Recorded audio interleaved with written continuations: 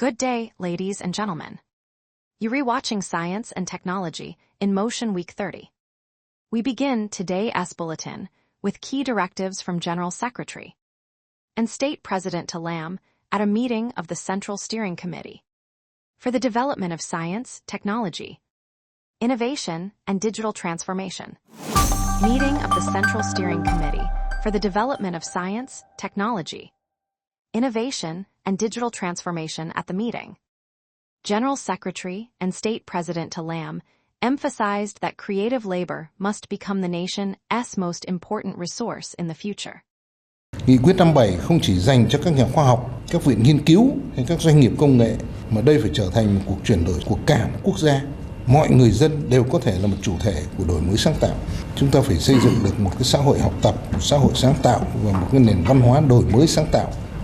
International cooperation in science and technology continues to expand across a range of key priority areas.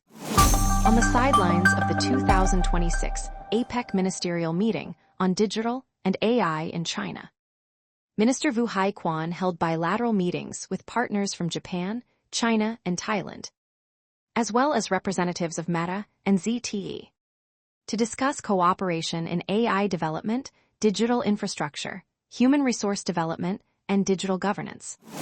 During a working visit to South Korea, a delegation from Vietnam's Ministry of Science and Technology, led by Deputy Minister Lek Xuan Din, advanced cooperation in standards, metrology, and quality, while exchanging experience in human resource development and the development of the national measurement system. Alongside international cooperation, a number of key initiatives in institutional development, state management, and digital transformation were also advanced over the past week. At the conference, Minister Vu Haiquan emphasized that the safe and sustainable development of nuclear power requires coordinated preparations across the legal framework, regulatory institutions, expert workforce, and the cultivation of a strong nuclear safety culture. The conference also proposed solutions to enhance the effectiveness of radiation and nuclear safety management.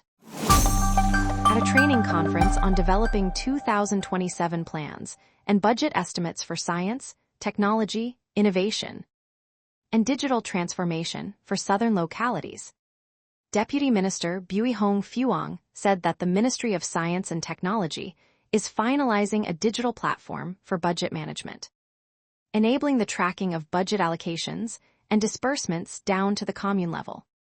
On the same day, the ministry also provided digital transformation training for 8 southern provinces and cities. A delegation from the National Assembly's Committee for Science, Technology and Environment held working sessions with VNPT and Mobile Phone to gather feedback on the draft law amending the law on radio frequencies, the law on telecommunications, the law on electronic transactions, and the law on technology transfer. Deputy Minister Pham Duc Long clarified several key issues, including mechanisms for licensing spectrum use, the utilization of radio frequency resources, infrastructure sharing, and digital signature services. You have been watching Science and Technology in Motion Week 30. Thank you for joining us. Goodbye, and see you again in our next bulletin.